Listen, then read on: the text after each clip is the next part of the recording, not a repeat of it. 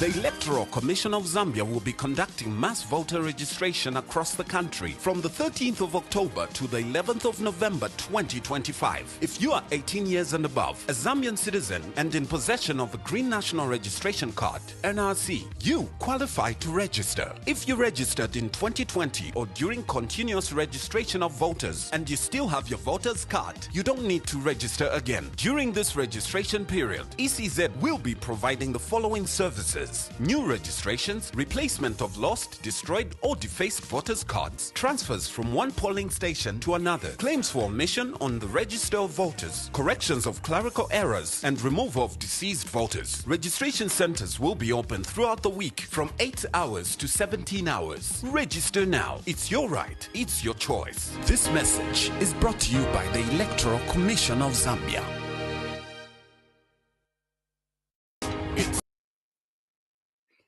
Yes, sir. Good afternoon.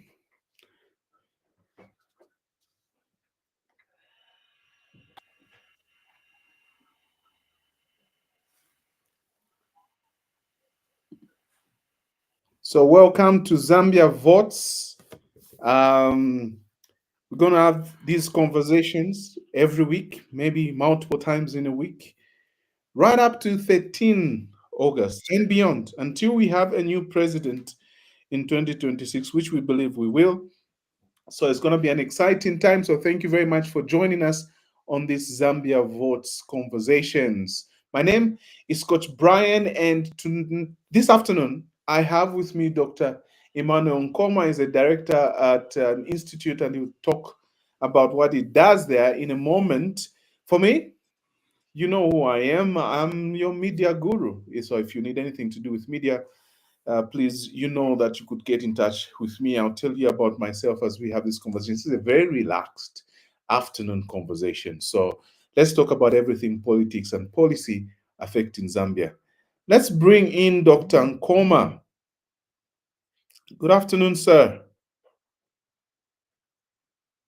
Once again, I'm glad to be on your platform today, because issues of leadership and issues of, I know that you discuss a lot of politics, but I discuss a lot of governance, a lot of policy, a lot of leadership, and so yeah, let's look at what is on the plate in line with those matters, specifically as Zambia prepares itself to go towards the elections 2026. Next 9 months, basically comfortably saying 9 months. Yeah. Yeah, well, that's great. We're going. I know you talk about leadership, and I talk about politics. I consider myself a political advisor to anybody who's in politics. Sometimes it comes naturally to some of us. I don't know why. I'll tell you what. I'll tell you a small story, Doc. I'll tell you a story. In my family, there are too many politicians, but there are two outstanding politicians. One is my uncle Paul Kalichini, and he was a very gritty politician, very talkative guy, but also loved God so much. Great politician. But the other one is Eunice Kalichini. She's 91 years old now and lives in Northwestern Province. And last week she put out a very controversial video, and we had to have a lot of I was like, you can't say that. And she was like, what did I say? And it's like she had already forgotten what she had said on Prime TV, which is something I'd like to talk about, because I think journalists and TV stations must be mindful of who they bring. She's a resource. She can give you lots of resources. She was a freedom fighter. She's 91 years old. You can't interview her without being cognizant of the fact that at that age might not be clear about what they are talking about. She's very intelligent, but at 91, you probably are beginning to forget even the things that you're talking about. So yeah, it was interesting. I don't know if you saw that. So that's me with politics. Yeah. My blood. It's not natural stuff for me. So what are we talking about today, apart from the fact that we are talking about politics and policy? On your side, it's leadership and governance. This is why our conversations are going to be very interesting. Because whilst I talk about politics and policy and communications, you talk about leadership and governance. And by the time Yes. someone is done listening to us, I think they're probably going to walk away with something very, very interesting. By the way, our live stream looks very good, Doc. What do you think? Is it? Oh, thank you so very much, Coach. Thank you so very much. I really, from the part where it's been very cold the last 5 days, and it's been raining extremely. So, because of the rain and the cold, my network seems still not to be very smooth. But we hope that we can communicate, and we hope that the nation of Zambia and beyond, they will be able to appreciate input and what we are bringing on the table. Yeah. So I think from where we are, I would have loved us to look at coalition governments, and I would look at alliance politics, as it is a new norm now. This is a new norm of the governance style in the continent of Africa. Many people did not know about this. I would love to give a bit of a background on that, based on the work that we do at the Africa. We have done quite a bit of research, and we discover that, of course, Africa is, many countries are calling themselves democratic, but democracy is generally foreign to the continent of Africa. So it's still being experimented. As a result, we have a lot of unforeseen challenges and circumstances beyond our control. And that doesn't leave Zambia out. That doesn't leave Zambia out. That doesn't leave many African countries out, because when you look at what the Western world, the people that brought democracy, the first thing they did, first they developed before they democratized. They first developed, you look at the Great Britain, it developed, then democratized. You look at the United States, you look at South, you can look at many other countries, including China, today by the United Arab Emirates, all those countries. But for us in Africa, we rushed to accept democracy without setting up proper structures of governance. And when I talk about structures of governance, I'm talking about pillars that make sure democracy works. So as a result, like I said in my yesterday's, I said, as a result, you find that our people, we are coming from chieftaincy type of leadership. We are coming from emperors. We are coming from kings. And because we are coming from kings, you find that we have embraced democracy. But the people that are governing us, they still go in with a mindset of a chief. They go in with a mindset of a. As a result, you find they shrink the democratic space. For example, freedom of expression. You find that it will be suppressed using their powers. You find because they are sitting there, they are able to infringe other people's rights. I would give an example, and Coach Brian, you forgive me, I'm a very serious African. I think you know that. I am a very traditional, cultural African man. I was perplexed. Last week, the president summoned or called, or in whichever word you choose to use, invited the kings, these we call them kings in traditional leadership, or the chiefs as they may be called, into Luaka. These are traditional leaders who are the custodians of the land. They are not elected, they are not an elected somebody. They makes mention of two things. Number one, and I want to address to you. Number one, President Hakainde Hichilema proudly introduced himself as a headman. Number one. He did not say he's an Hindu. He said a village headman, which is a junior rank in terms of traditional governance. But right. him, I would expect that he understands governance. I'm talking about traditional governance here. If he says, I'm your village headman, that simply meant he needed to know the decorum. So he won, and a very good discussion. I would call it a discussion for lack of, I wouldn't want to say a lecture. And he says, some of you, when we were singing the national anthem, you were sitting down. Yeah, I remember that. A king, chief, does not need to stand before the national anthem. Sorry, chiefdoms did not begin at the time of independence. Chiefs existed.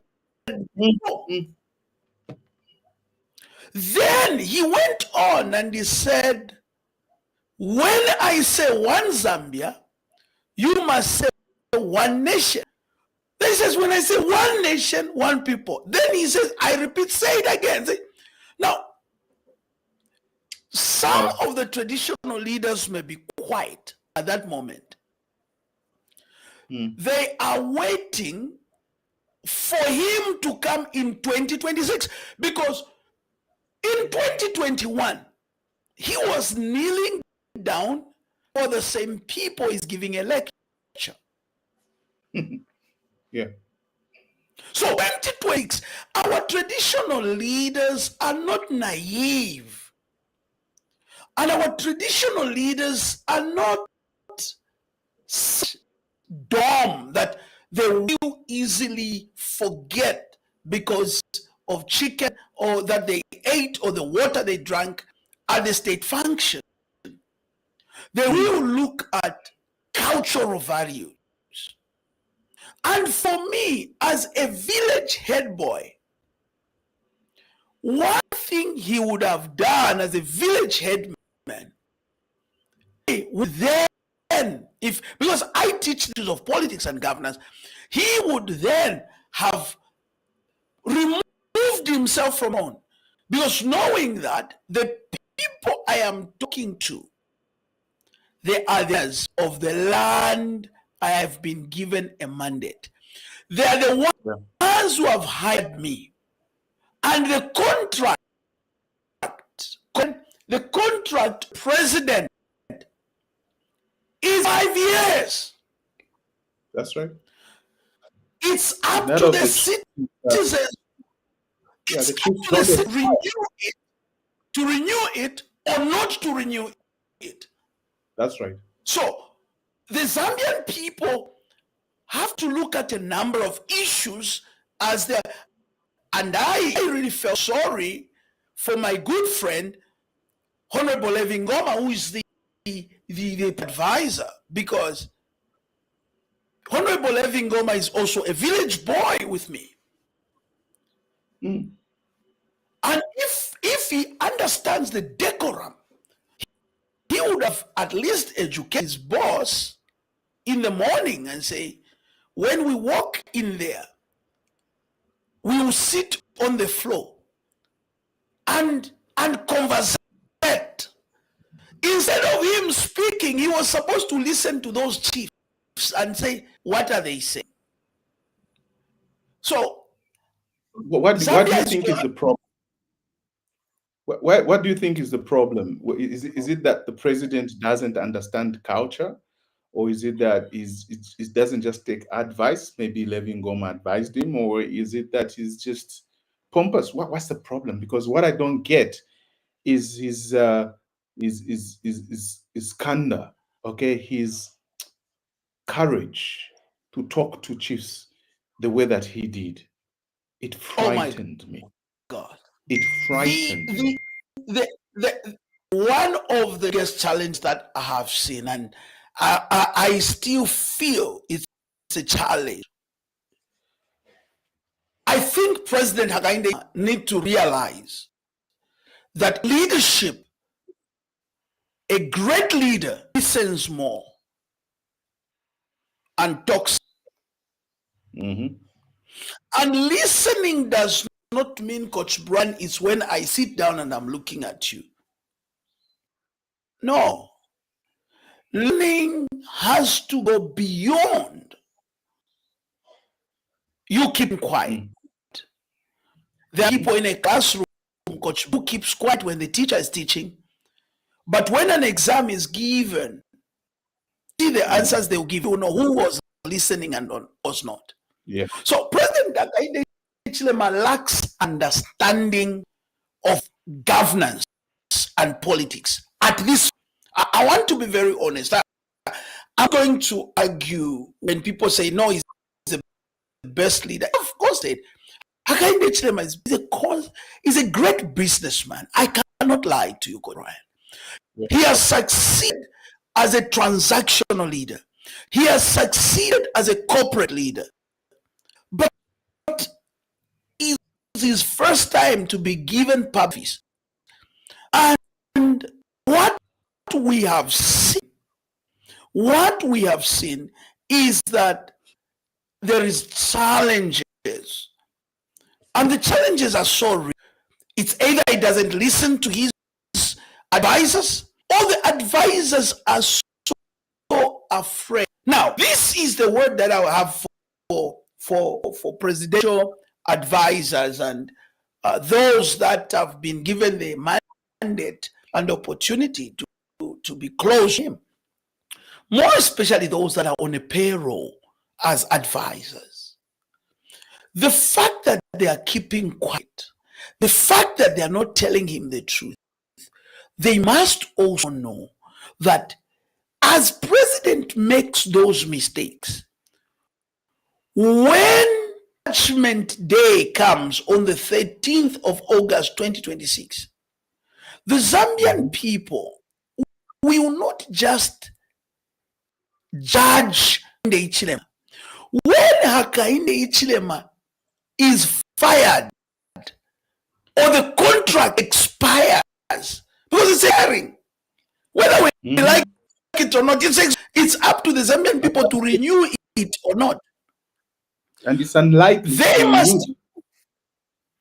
must realize that they are also losing their jobs. They must also know that they are losing their bread and butter. So there is a need for these political advisors to take the Zambian people seriously. Honestly speaking, I wish to say, feel sometimes embarrassed when our leaders don't take responsibility of their actions. Let me say something else. Do you know it's, I don't know why brothers and sisters in the UPND have it so difficult. They find it so difficult to apologize. They find it so difficult to deal with the truth. You know, there was a time that a senior leader in the UPND called an archbishop of Lusac a Lucifer. An archbishop. Now, when you call an archbishop you have called, because these people are designated and they represent the church. It simply means you have insulted the church. The ecclesia has been insulted. But we did not hear any reprimand. So our youth friendly, they take, We actually had some members of the UPND justifying that, which was totally unfortunate.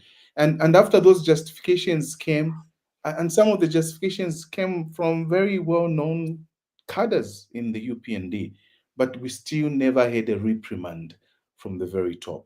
It appears as if maybe they were sent by the very, do you think they were sent by the very top to just go and say those words? Do you think that could be a case? We can't say that, we can't deny it again. Because it's like if my child goes wrong and I'm not able to sit down with my child. And I have said this severally, that the Patriotic Front, when they lost power, Edgar Lungu came out and apologized for the mess, how they allowed the cadres, how they allowed the corruption go on and all that. Edgar Lungu came out and apologized. I think he did. Yeah. And we cannot kick the man. Look, Coach Brian, you can't kick the man who is already on the floor. You know, for most of my life, I've found myself to be a martial art practitioner. And something we taught is that you don't punch or kick a person back. You don't punch or kick the person from the back. You face each other. But if the person is facing the other direction, is good. So the other challenge is that the Patriotic Front lost elections. Yes, the Patriotic Front had its own issues. But our friends, instead of focusing on governance, they have still continued fight the PF, fight, including reminding the people of the pain the Patriotic Front caused. Then 2 days ago, when we see a PND cadres or UP cadres beating up somebody in a similar manner that we blamed and condemned. Now, just there, maybe let me come in, Doc, because yes, you see, at the end of the day, this is very strange, to be honest. This is very strange. Yes. What is happening is that we've seen several abductions and torture of that nature. I'm reminded of the gentleman from Chingu. I believe his name is Jonas. His name is not been seen. He was abducted early this year and he has not been seen. His family has looked everywhere. They haven't seen him. He's gone. He was abducted by the police. They came to his house. They were wearing masks. They were digging in the yard, and the guy is gone. And what's unique about this guy? He was PF. Then there's a story of the young man who, I never watched him insult, but people say he was insulting a lot and whatnot. I think his name is Kapwepwe. We know him as Why Me. They followed him for insults. You know, you need to be reminded that when you're insulting and you're taken to court, you're supposed to pay, I think it's 54 kwacha or 80 kwacha or something. You're supposed to pay a small amount. But let's be generous. Let's say an amount less than 200 kwacha, and you're gone. Yeah. But they followed him, insulting. They followed him to Zimbabwe and abducted him there and brought him. Now he's been going to court back and forth. We're also reminded of the 12 girls, is it 13 girls, were abducted and kept at a house that is known to be a UPND, related house in Kabwata South. That house was used as a command center during the by-elections in Kabwata. And the owner of that house is known. Okay? Those girls were kept in that house, abducted for several months. Then we know of the story of Emmanuel J.J. Banda, who was abducted in Ibex here. Okay, on his way home, they stopped his vehicle and so on and so forth, and left a fake note like he had killed himself. And he named the abductors. He named them. We know who he named. This has gone on and on. Ambassador Emmanuel Mwamba went through the same ordeal, and he was beaten badly. Okay, and as we know today, he had to run out of the country, run away. See, so at the end of the day, have a regime of abductions. And some of the people that have been conducting these abductions, I think another state council, what's his name, was also abducted and sodomized, and all kinds of terrible things were done to him.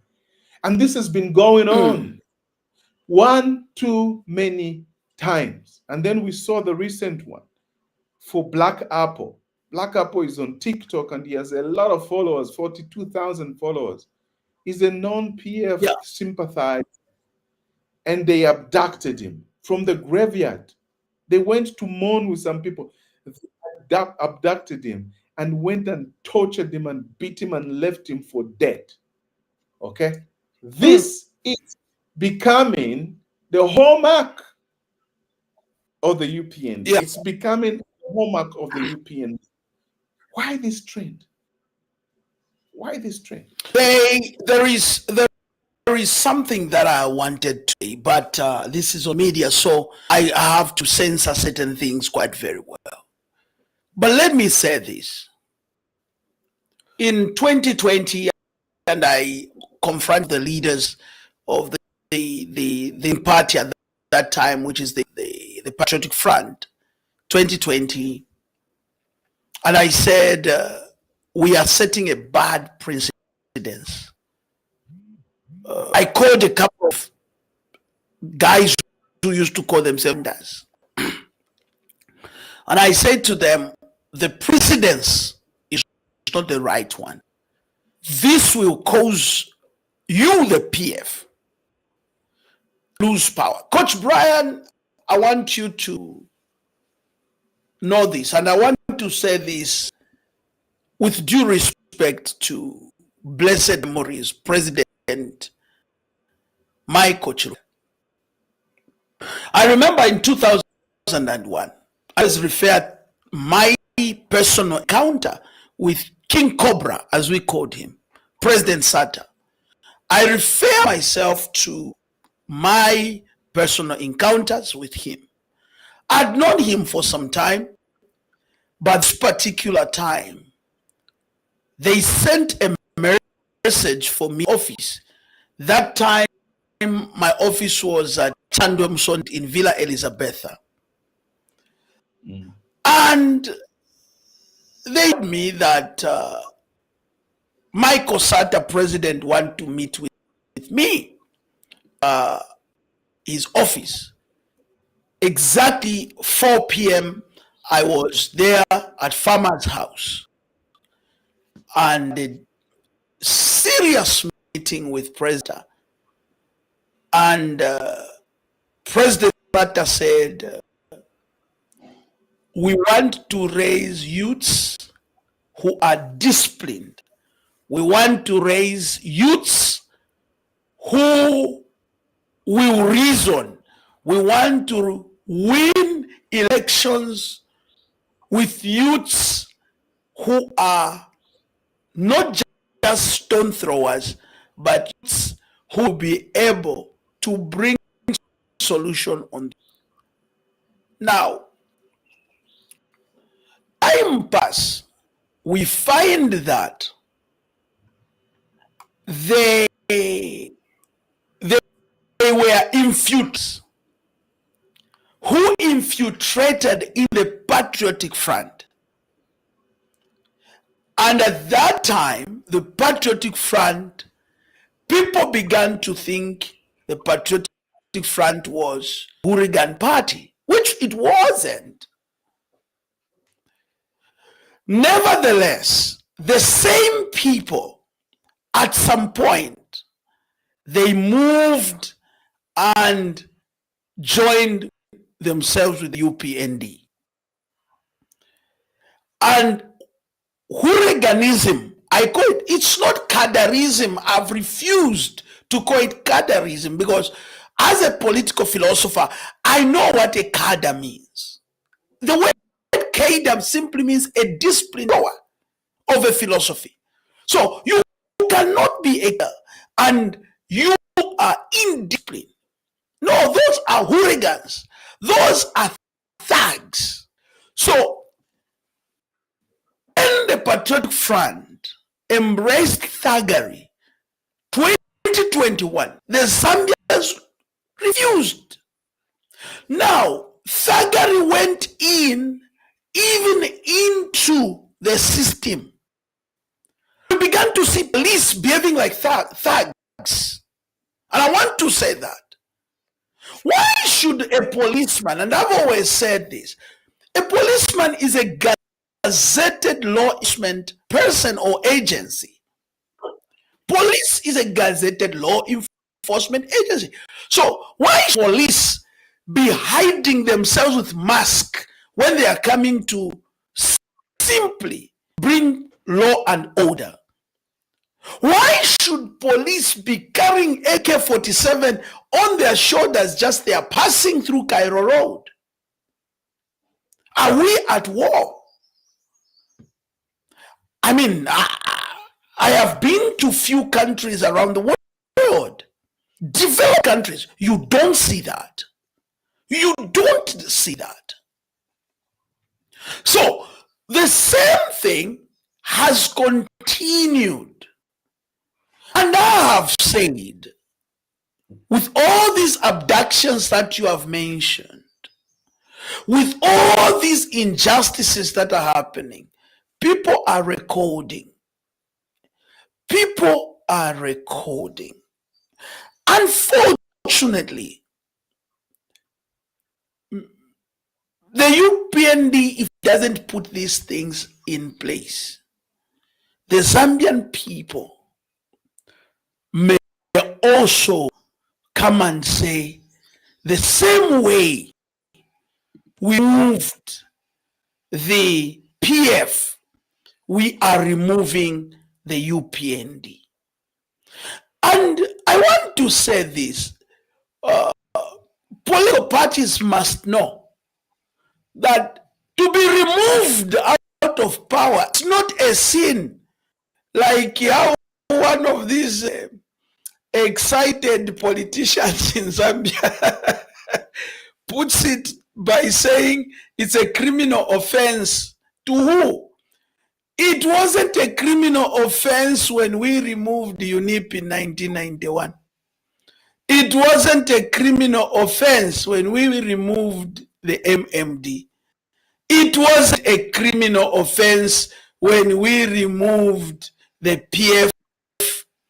It will not be an offense if the Zambian people next year, in the next 8 months, remove the UPND. It will. So the Zambian people should not even be scared, saying, no, maybe if we remove UPND, then it's a criminal offense. It's not a criminal offense. So the young man, what's his name? The gentleman who is the UPND chairperson, when he put the criminal offense, He's the youth chair. Youth chairperson. When he sits as a criminal offense, he must remember something that I can just give him an example. Do you know, if you check the results of 2021, the State House ward, the president lost, President Edgar Lungu. He lost. Actually, in most of the wards where there are police officers, the incumbent lost. State Even after he built house. even after building houses for the almost in all Even after building, so you must know that Edgar was staying with them, but he lost. Edgar Lungu was Kwazi house, but he lost. Coach Brad, this one that we have, President Hakainde Hichilema, is not even staying with them. Scott him and they come back. So what makes this one so thick? Those people cannot vote him out. So even this one is for himself, he vote the president out. So he shouldn't be scared because some of these people, they think they say that's what they say. They say saluting him, so him no respect, so but when he's not there, that's the thing. That's the thing. And you know, the is a classic classic example. Do you know that 3 weeks back, President Chakwera was thinking everything is okay? Oh yeah. He was thinking everything is fine. Because according to him, he had delivered. But guess what? They removed him. Coach Brian, I wanted us to talk about, there is now the thing for the opposition parties. And this is where I'm just to say a few things so that I can step out.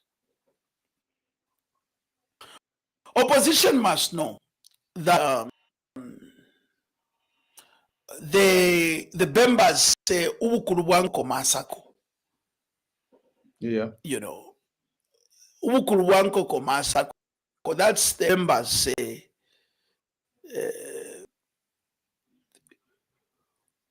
You need to understand that removing incumbency, it's not just easy. And it's not something that they can just win. And then agenda must be drawn. Why do they want to go into office? Yeah, because but if going to put as far as I'm concerned, I think for the entire opposition, it should be very clear that we're not just trying to remove Hakainde Hichilema. That's not the idea. It's not just about him. That's the point. That's the point. Let me pull you, Doc. Let me pull you into some ideological, discussion here. You see, in as far as I'm concerned, this is my idea. Hakainde Hichilema is on the red side of political ideology in Zambia, because I don't think Zambia can really be defined using Western political ideologies or the left, the right, what. We're really mixed. So we've got our own unique setup. On the red side of Zambian political ideology, you have people like Hakainde Hichilema and the UPND who believe in more liberal social norms. They allow things that those on the green side may not accept. On the green side, they are more churchy people. Okay, they uphold the declaration of Zambia as a Christian nation. They are more conservative. On the red side, they are more capitalist. Okay, and they believe in foreign direct investment. They want foreigners to own our mines, and they are okay with that. They can get a mine and just give it for free to a foreigner, like what happened at Mopani, for example, and KCM. On the green side, you have the economic ideology of owning nationalism. Okay, we saw when PF came into office in 2010, they got Lap Green back and renamed it Zamtel. Okay, there are things like that. They got Mopani and they started owning Mopani. They grabbed back KCM because they believe that Zambia needs to own its own economy. So these are clear distinctions here. So at the end of the day, when the opposition is saying let's remove, they need to understand that there has to be a clear reason. Right now, the reason is we have given all the mines away, so let's get back the government so we can restore order in that. So it's a political conversation that goes back and forth. If you're not doing well with your policies, we try the other policies. So right now, UPND has really failed with their foreign direct investment policies. They have failed with their liberal social, policies. They failed in many areas. Okay, and they are very strong on the media.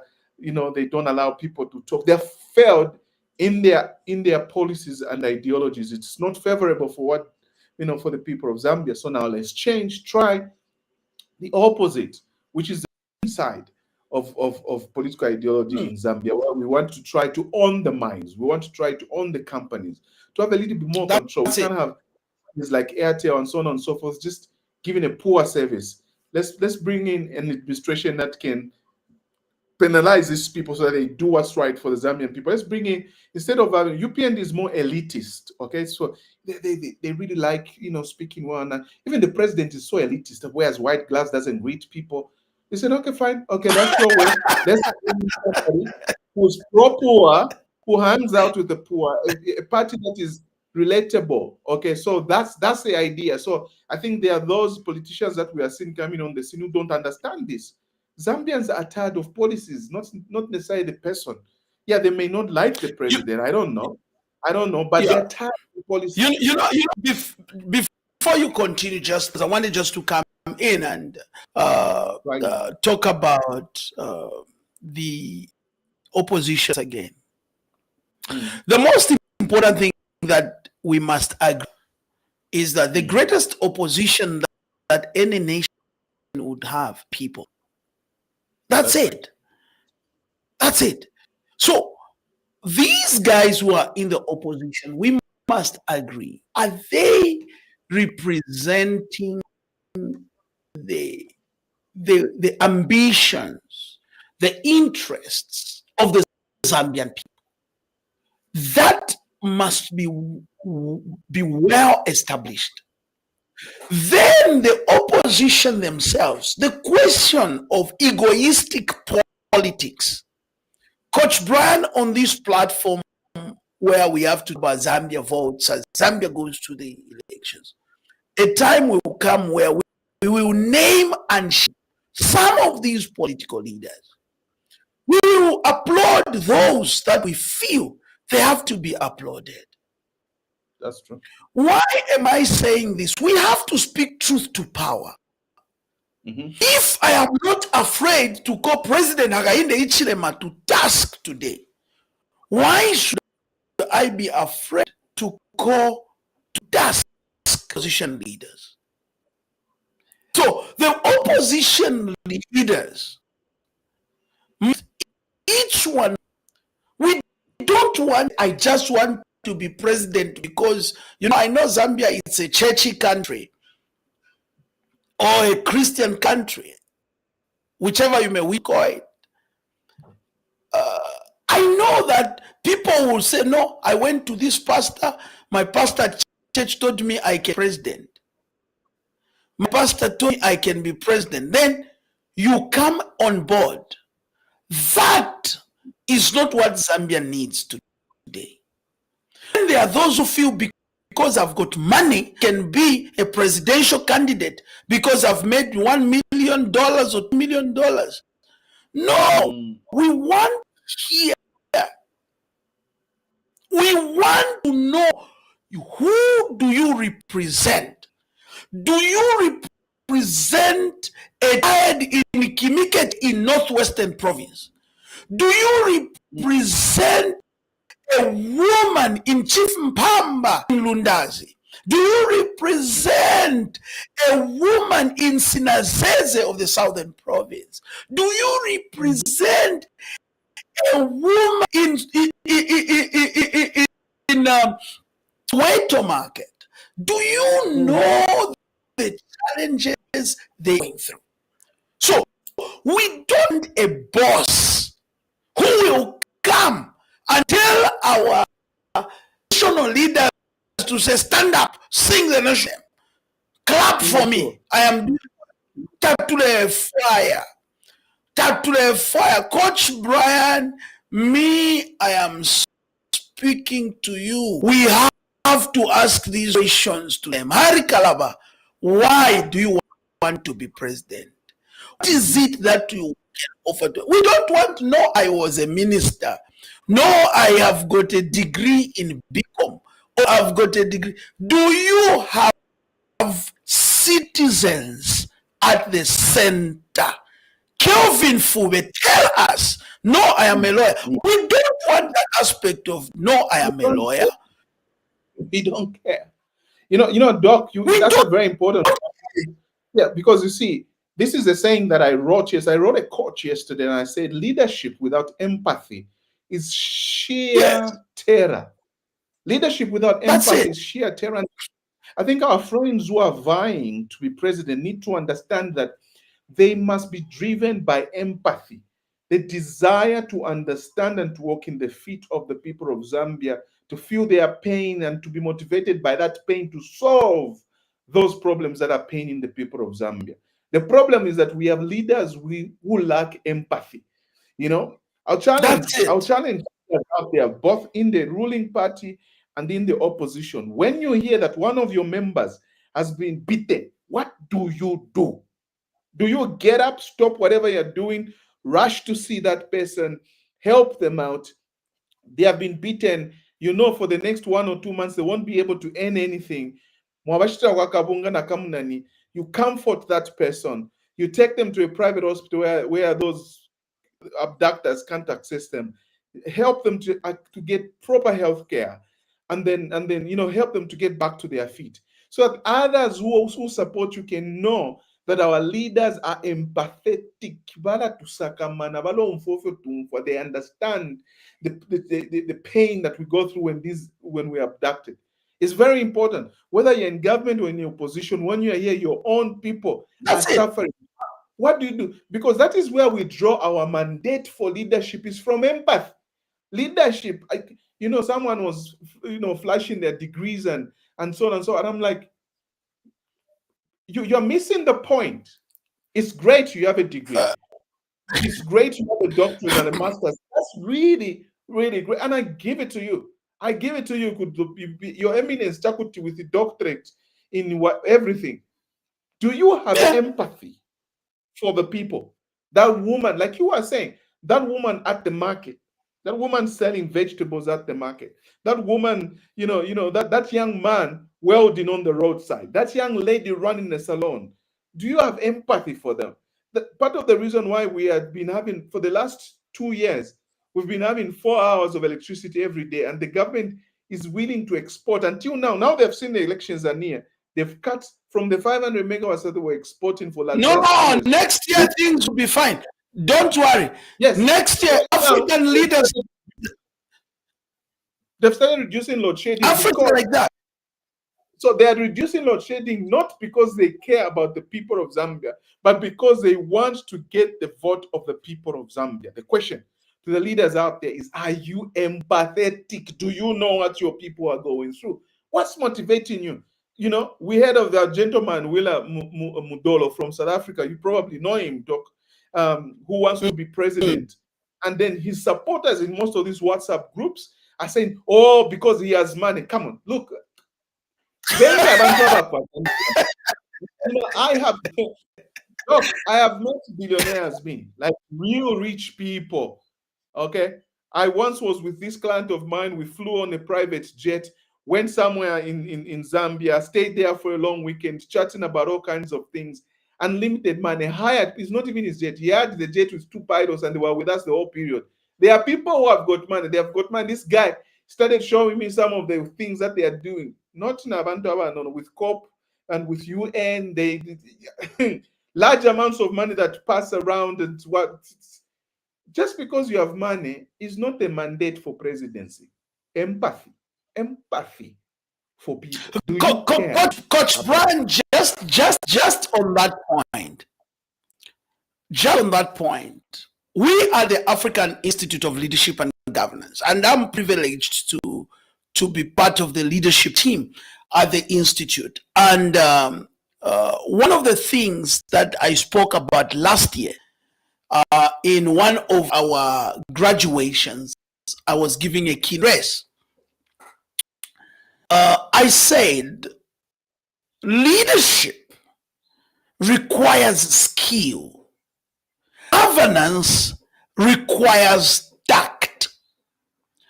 Then I said, the fact that I have made money in a business does not mean I've acquired enough skill to govern.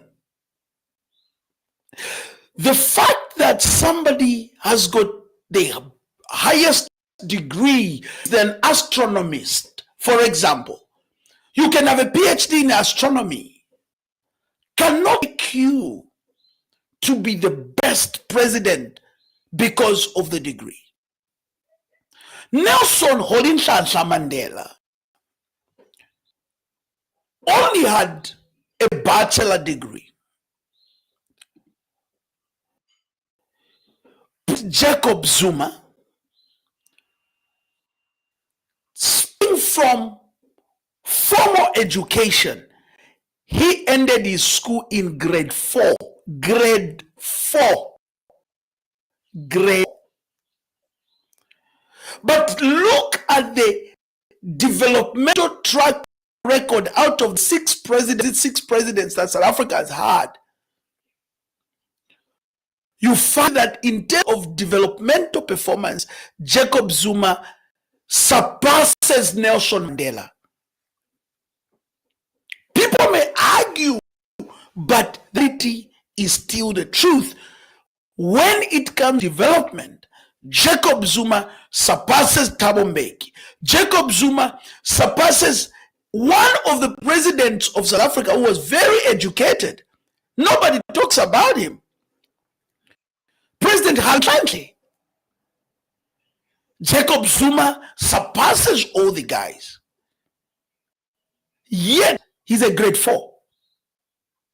Grade 4. Now, leadership and Zambians, we must be very careful because it's like this. If a person comes... Just to support that point, Dr. Kaunda. Yes. Was a teacher. Yes. Chuluba was a Primary school teacher. Yes. Primary school teacher. Unionist. With a diploma. Exactly. Levi Mwanawasa was an educated lawyer, but I don't think he boasts of doctorates in what? No. Arabic maybe was a diplomat, but he doesn't also. Sata was quite educated, but not at the level that some people think that if you have that level of education. Edgar Lungu was just a lawyer, his degree level perhaps, but also, so at the end of the day, you find that some leadership is not academic. Leadership is human. No! Because a leader is... That's it. Yeah, a leader is a person who is able to bring the best out of human beings, not out of academic equations. Okay, so people need to be able to ask themselves: am I educated in the components of leadership? One which I want to propose today is that area of empathy. Do I qualify to be a leader based on whether I'm empathetic? Because I think one thing I've observed about Jacob Zuma is a people person. One thing I observed about Edgar Lungu, he was a people person. The one thing I observed about Michael Sata, he was a people person. One thing I observed about Chiluba, he was a people person. And those are the things that qualify people to be leaders. There are some guys right now who are trying to be leaders here in Zambia, opposition leaders, who are not people persons. They are not people. Look, let me put it this way. Just on that, I was listening to one of the opposition leaders, without names. You are addressing being interviewed on Ambassador Mwamba's platform, and I'm listening to this presidential aspirant. And my question still comes. The way this person is behaving, as an ambassador, Ambassador Mwamba, he has achieved a few things that requires us him to respect him as call him ambassador or your excellency or sir. But this person was simply just calling Emmanuel. And I looked at Emmanuel ambassador. I'm like, does he know that this guy is in a grandfather? So what do I mean? I was thinking to myself that it simply means we have got leaders who are detached from reality. They want to be president. And Brian, we have to educate the Zambian people that tuibalekeresha abapolitician ukwebati basende Zambia ngakantemba tuibalekeresha abapolitician ukwebati Zambia ngapa kupangira rupia. That's why I am saying we will come here. We will name and shame. We don't want even some of the opposition leaders. We have them and name them. Those we are hearing, they go to Zambia and go and pay one Zambian in diaspora in Saudi Arabia. No, give me 1 million, I'll make you a president. Or give me this. No, we have to shame that because Zambia is not for sale. Zambia requires people who are patriotic. Zambia requires people that love that country, love this country genuinely. We must make sure that poverty alleviation will not be achieved by those people who are cutting news over Zambia, using Zambia as a collateral. That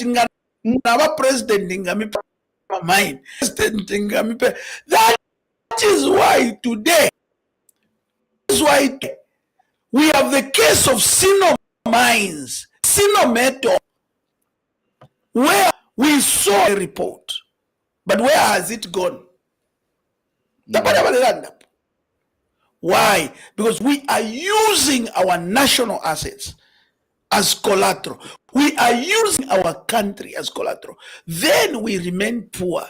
We remain broke. We remain stuck. So, Coach, for me, I want to commend you for what you decided to do on this platform. And let's continue with the conversations until we educate our Zambian people.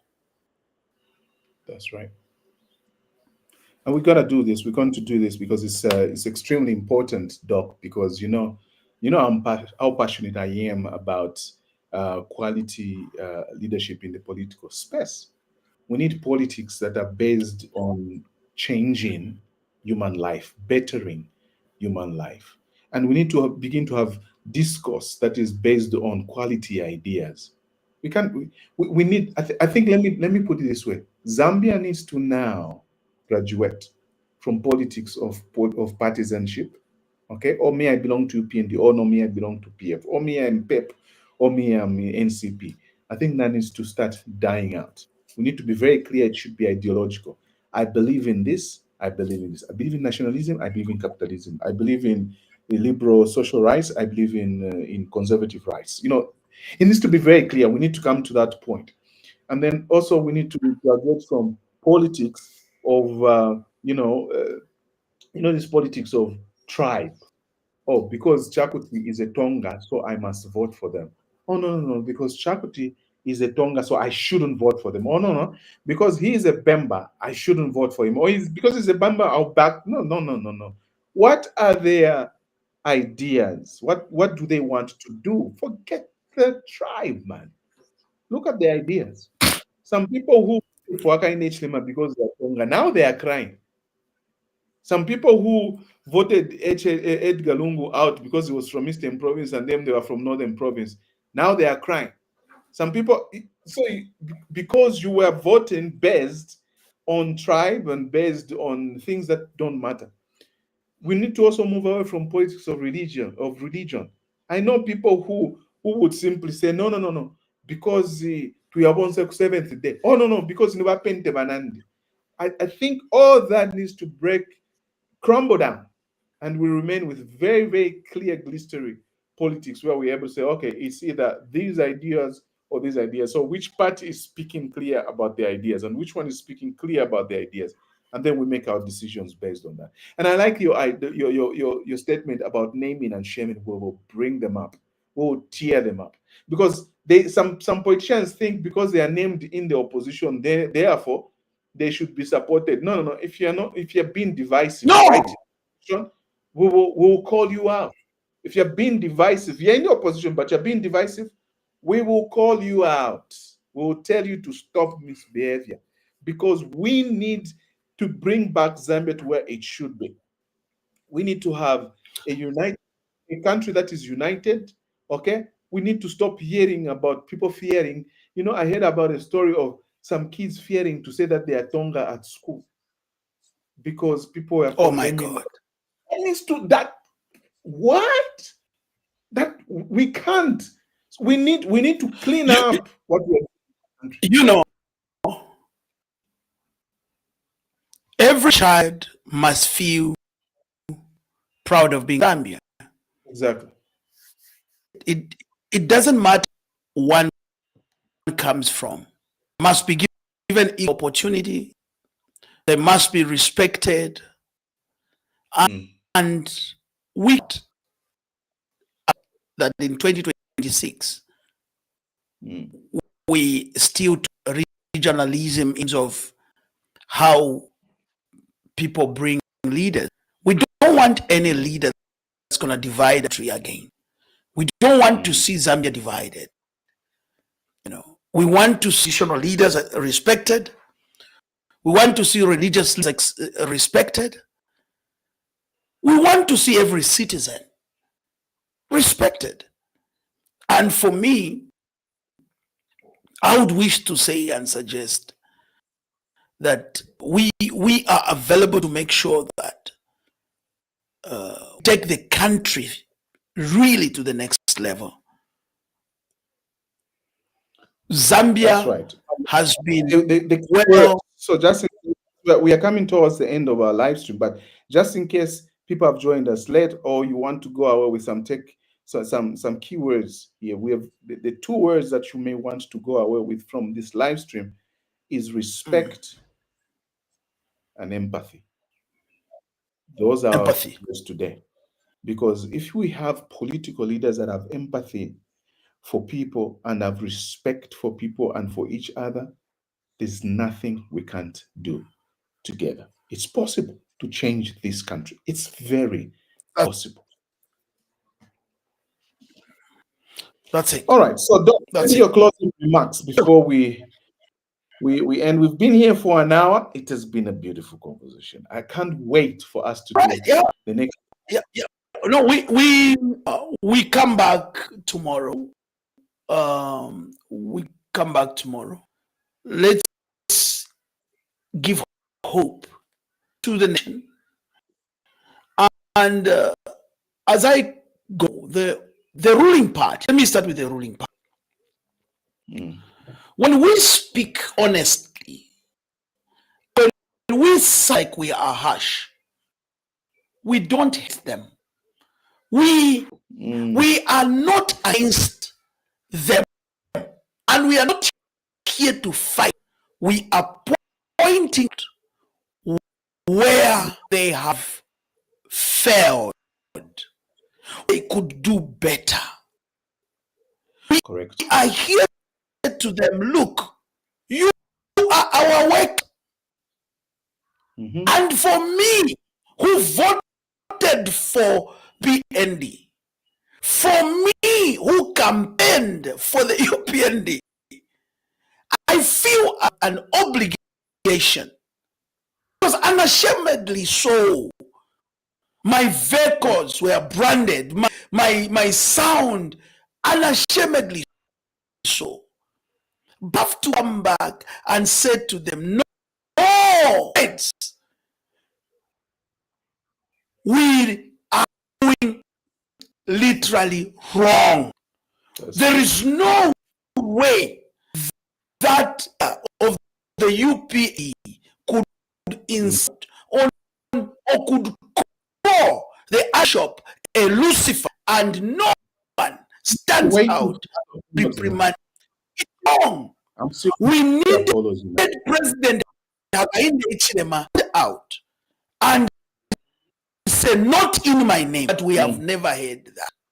It is wrong for our political leaders to demean our traditional leaders.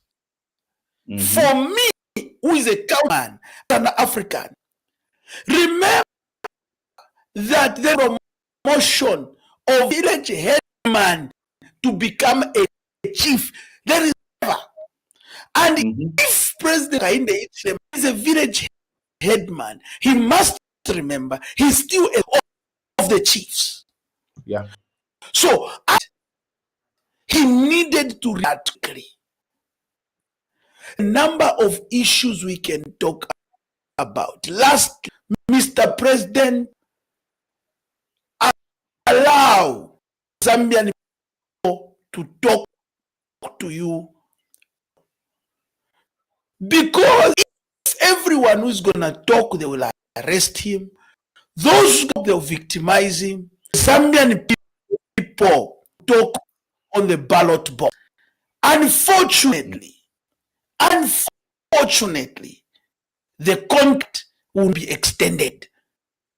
As long as he do that, same way we did not extend the contract of Edgar Lungu, we will still think and then end the contract of President Hichilema. Not because, but because if there's people feel no, we have to cut the contract, they will cut the contract. Thank you so much, Doc. I think what I want to say in closing is, first and foremost, registration for voters is coming up, and I'll play a reminder from ECZ. If you have a child in your home that is 18 years old or will turn 18 before the next elections, make sure that they register as voters. That's how we are going to make a change in this country. It's through the ballot, not the bullet. In Zambia, we don't do bullets, we do the ballot. So make sure that you register as voters. Make sure your card is available. If it's not there, go and replace it, and so on and so forth. That's very, very important. Secondly, we have a newsletter that comes out every morning at 07 a.m. Please take time to go to our link there. It is zambiavotes.com/newsletter. Register. Very simple, quick information, your name and your email address, and every morning you'll be receiving a newsletter, so that you get the right news, the authentic news in your email, and you can read what is happening in Zambia. Some of that is coming from our own website, some of that is coming from other credible websites locally and around the world. Okay, very important. And the third thing that I want to say, and this is very, very important, is that we need to keep praying for the Lungu family. The matter is still unresolved. We hear that there are negotiations between the family and the government. We hope that the rights of the widow will be respected. Okay, the rights of the widow will be respected. And in that line, I want to say that if indeed, Mr. President Hakainde Hichilema, you wish to honor your predecessor, he died as the president of the Patriotic Front. Give him back the party. There's no better honor for him. It was his party, he was his president. Give it back to him. Don't allow those judges to sit on that consent agreement. Chabinga, even if he supports you and you send him around, he is not the president. You and me, we know that in our hearts of hearts. If you really indeed intend to honor your predecessor, as you have been saying, and if indeed you are mourning him, I adjure you, kindly, sir, find it in your heart to do the right thing, so that even at that funeral, you will be able to say, my predecessor, the president of the Patriotic Front. You'll be able to say that freely with a clear conscience. So anyway, that's all for today. We're going to be back tomorrow, and please join us. And if you haven't followed me, I believe tomorrow we should be able to integrate even Dr. Nkhoma's pages, so that you can follow all both of us. And if we'll have another guest, we'll throw in another guest. But be sure we're going to have conversations that people are afraid of having. Okay, I know some people are afraid of having certain conversations. Here, we'll have all the conversation. Thank you very much for joining us, and see you tomorrow after lunch. Doc, thank you very much. See you tomorrow. Thank you. It's time to register. The Electoral Commission of Zambia will be conducting mass voter registration across the country from the 13th of October to the 11th of November 2025. If you are 18 years and above, a Zambian citizen and in possession of a Green National Registration Card, NRC, you qualify to register. If you registered in 2020 or during continuous registration of voters and you still have your voter's card, you don't need to register again. During this registration period, ECZ will be providing the following services: new registrations, replacement of lost, destroyed or defaced voters' cards, transfers from one polling station to another, claims for omission on the register of voters, corrections of clerical errors and removal of deceased voters. Registration centers will be open throughout the week from 8 hours to 17 hours. Register now. It's your right. It's your choice. This message is brought to you by the Electoral Commission of Zambia.